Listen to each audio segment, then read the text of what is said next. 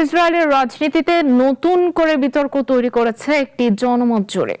সমীক্ষায় উঠে এসেছে প্রধানমন্ত্রী বেনিয়ামিন নেতানিয়াহু আবার ক্ষমতায় ফিরলে উল্লেখযোগ্য সংখ্যক নাগরিক দেশ ছাড়ার কথা ভাবছেন।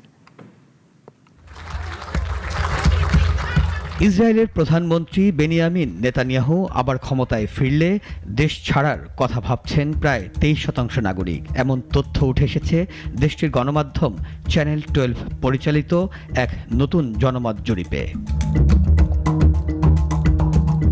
সমীক্ষা অনুযায়ী 68% উত্তরদাতা জানিয়েছেন তারা বর্তমানে দেশ ছাড়ার কোনো পরিকল্পনা করছেন না, আর বাকি অংশ এ বিষয়ে এখনো সিদ্ধান্ত নেননি।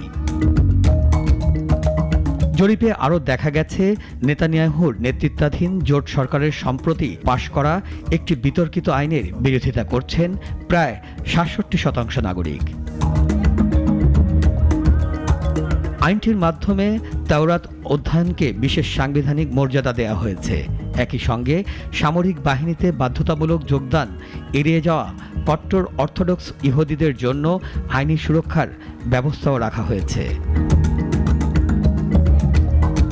অন্যদিকে মাত্র 61% উত্তরদাতা এই আইনের প্রতি সমর্থন জানিয়েছেন।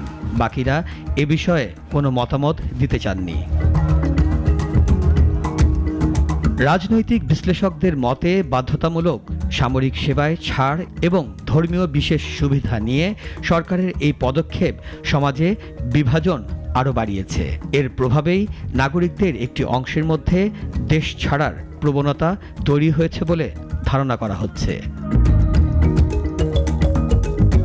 জনমতের এই পরিবর্তন আসন্ন নির্বাচনের আগে ইসরায়েলের রাজনৈতিক অঙ্গনে গুরুত্বপূর্ণ প্রভাব ফেলতে পারে। মিরাজ মিজু, নাগরিক।